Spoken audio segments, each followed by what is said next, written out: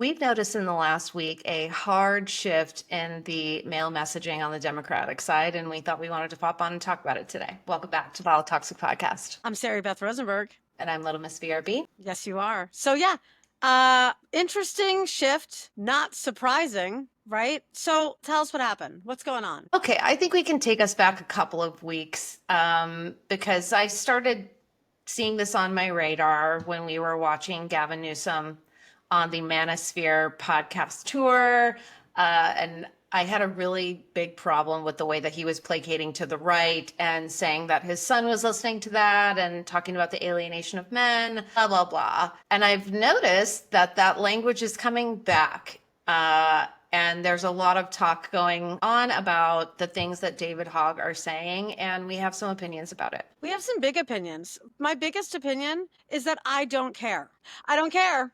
I don't care because have you noticed that all we hear about is the male loneliness epidemic, the male loneliness epidemic. I can't even say it. The male loneliness epidemic. What about the female loneliness epidemic? What about the human loneliness epidemic, right? And here's the thing. I teach young men and young women, and I am not downplaying the fact that young men are feeling alienated, but so are women. And if we continue to break it down like that, this is an actual example where we need to be coming together. In fact, I have a feminist club, and we noticed that boys weren't joining anymore because they thought feminism was for women. See, it's even happening at my school. So we had a reset and we said it was hot takes, hot topics, hot pizza. We thought we'd lure people in with pizza. So we got boys to come and girls, and we just talked about the hottest topics of the day. And then at the end, we said, this is the feminist club. The feminist club is about equity and hearing everyone's voices and talking about what's going on in the world. And yeah, that it worked for a couple hours, but that needs to be something that we do everywhere. And that involves young white men, I'm just going to say it, young white men stopping with this insane rhetoric that is just further pushing me and everyone away. It's insane to be sitting in America in 2025 where random men that we don't know where they came from or who hired them in street clothes are arresting Black and brown people and women and taking them off the streets and throwing them into unmarked vehicles. We have a president and an entire government on one side that is stripping away the rights of women, of immigrants, of basically anyone. And I am so sick and tired of hearing about white men being oppressed about anything at all. But I think what we're seeing, though, in these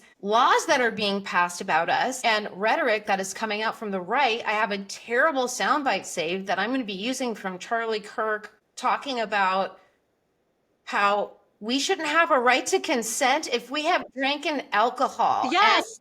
And so they're passing these laws because women don't want to date them, marry them, be intimate with them. They think now that they just have a right to force themselves upon us and things that they want to do that we don't agree with. And it's kind of dangerous. But this whole male loneliness epidemic is by their own hands and behavior. Thank you. We're not looking at all at maybe we should be teaching the men to be better. Maybe if we started teaching accountability to young boys, we wouldn't have a government full of overgrown children that were never told no. I feel like it's constantly being put back on the women. And I'm just so sick and tired of hearing about this because if they were just better, the male loneliness epidemic wouldn't exist. Exactly. And notice that it's being put on us to fix it.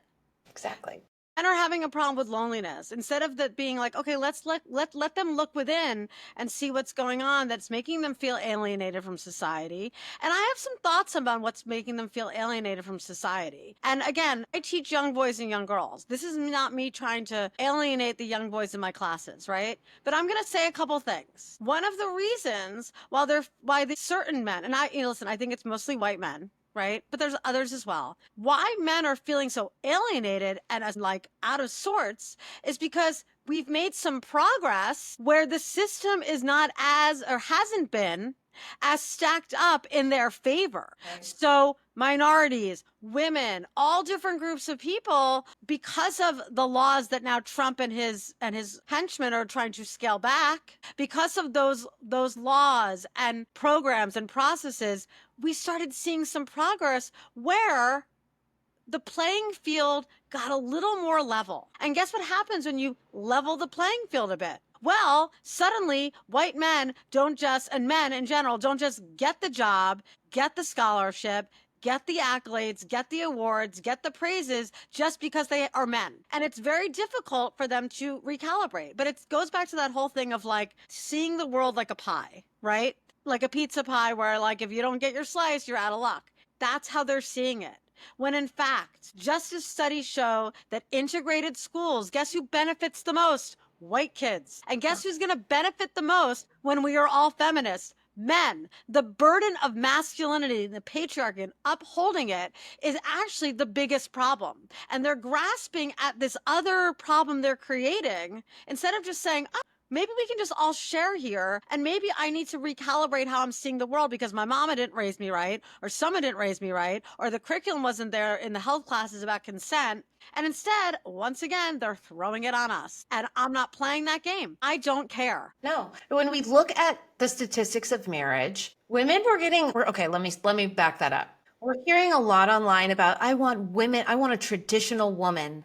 I would like women to return to being traditional. And I want to translate that for everybody. Please do.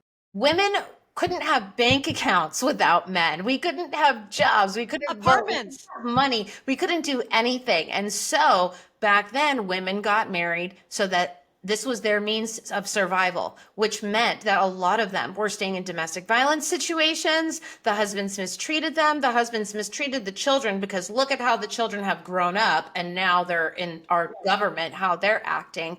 But there was a benefit for women to marriage back then because we didn't have the things that we have now. And so we're reaching this really interesting moment in time where we are just as educated, if not more, because we've had to work harder for everything simply because we have a vagina. But we're seeing these men say that they want a traditional woman who is going to cook and clean and have his children. But she also better have a 9 to 5. And what is she going to bring to the table? And how is she going to provide for the family? And that is the whole freaking problem right there, because there is no benefit to us getting married at this point. Absolutely not. What is the benefit? The benefit is companionship and partnership. And the way that men are acting, is it a surprise to anyone why we don't really want to be with them anymore? And that there is so few viable candidates for us to choose from that we would like to.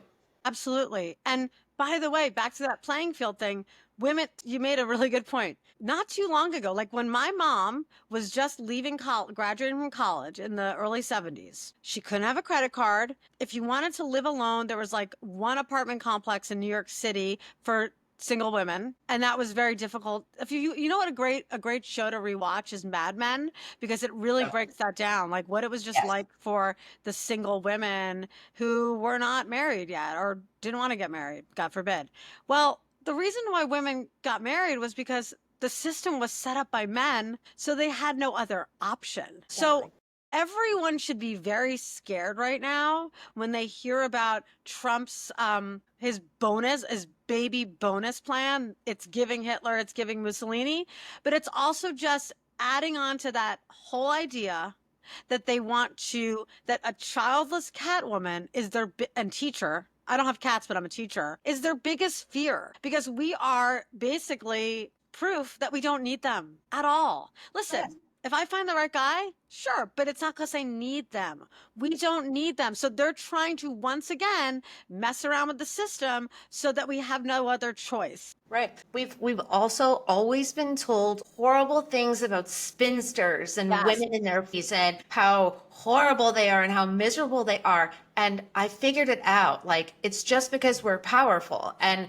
we aren't immature and we aren't afraid of men anymore or people's opinions of us. And so we're We're totally okay with existing as ourselves with our opinions, and nothing that we're doing is for the male gaze. And so that's why women in our age bracket, I think, have been so demonized, you know? And when we talk about the way that men act now, I Yeah. want to jump to the internet and comments because yesterday was Yeah. Mother's Day, and I'm not joking with you. I didn't even make any tweets about abortion or anything. I was being, chill on Mother's Day. I had so many comments saying the most horrible, vile things. And I'm like, are they sitting across from the dinner table with their mother while they're saying Probably. these things to me on the internet? But also like violent threats on Mother's Day, which is supposed to be the day with the least crime. But they were definitely criming They were like criming. social media because they definitely had to get that woman hating out of their system.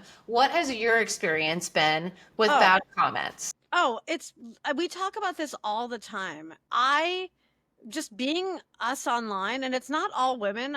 I don't know what it is about us that triggers them, but yes, do I post things that are about how Trump is a bad president and a bad person, and the people who are in this government right now are doing terrible things, disappearing people, sending them to the scariest prison in the world, all the things, right? Tanking the economy just to profit off of it, breaking the amount. I mean, it goes on and on. Sorry, don't get me started. I just post about that. I mentioned I'm a teacher. Now, sure, it is not designed to make them like me, but I'm not asking them to be in my comments. They could keep scrolling. Not only do they don't comment on the content of what I'm posting because they can't argue with it. No. They comment on, and this has been since I've been big on the internet, or like bigger on the internet. They comment on my face. They comment on the plastic surgery that I've received, which I have not. These are my lips, just for the record. These are my lips. These are my cheeks. This is not filler. Is there a little Botox? Just a little. This is my face. And the comments I get on my face, do I get asked, like all the kind of things, right? But then the other thing I get is the anti-Semitism, actual anti-Semitism, right? Actual anti-Semitism about my name and me, which we can have another conversation about, like the comments about anti-Semitism and what it really is and what it's not. But I experience it because my last name is Rosenberg. So I get all that stuff that I can't even mention, or our show would get deleted. And then I also get hateful things that they want to do to me that I just delete immediately. And then the final one is that I'm dumb. I'm dumb. Now, for the record, just like my cheeks are real, my lips are real, I'm actually really smart. I went to two. I didn't go to one, but I didn't get one with Ivy League degree. I got two. Okay. I went to Columbia for my bachelor's. I majored in history. And then I went on to get my master's in social studies education. And I've been teaching for 23 years. I'm pretty smart. I'm probably smarter than most people. And I also probably could outlift and outrun all these lazy girl dads. You're a perfect combination of everything that they hate. Exactly. And also, everything they've said about you is completely untrue, and there's no basis to any of it. So, no. And it doesn't bother me. Like though, when they're straight to saying something about someone's physical appearance or their sexual orientation or anything like that, they have no argument whatsoever. Because I noticed that they obviously do the same thing to you. I want to hear what they say to you, but this is we have a big announcement for our Polytoxic Little Miss VRB Sarah Beth Rose fans tonight.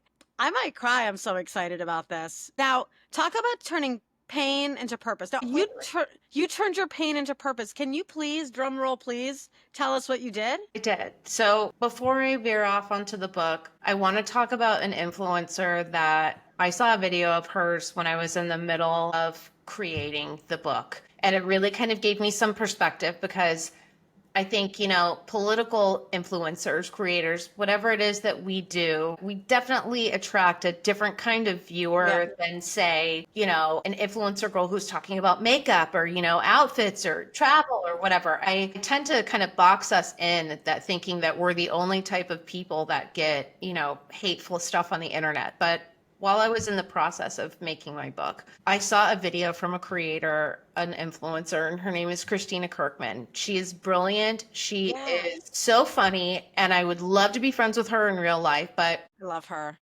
content is hysterical and funny and non-serious. And it's one of those pages where I go to decompress from politics, negative talk. She just makes me laugh and I love her. So I saw this video of her one night as I'm taking a break from editing the book, and she was crying and she's like, I'm crashing out. And she said she had just gotten back from Coachella, I believe. It was some kind of festival weekend. This woman is beautiful. Oh, yeah, she's So gorgeous and stylish, funny and smart. fashionista, the hair, the makeup, there, I could not say a negative thing about this girl. And she was crashing out and saying how she works really hard to make good content for people and make them laugh and feel good. And she was coming off of Coachella, which was like one of the best weekends of her career as an influencer.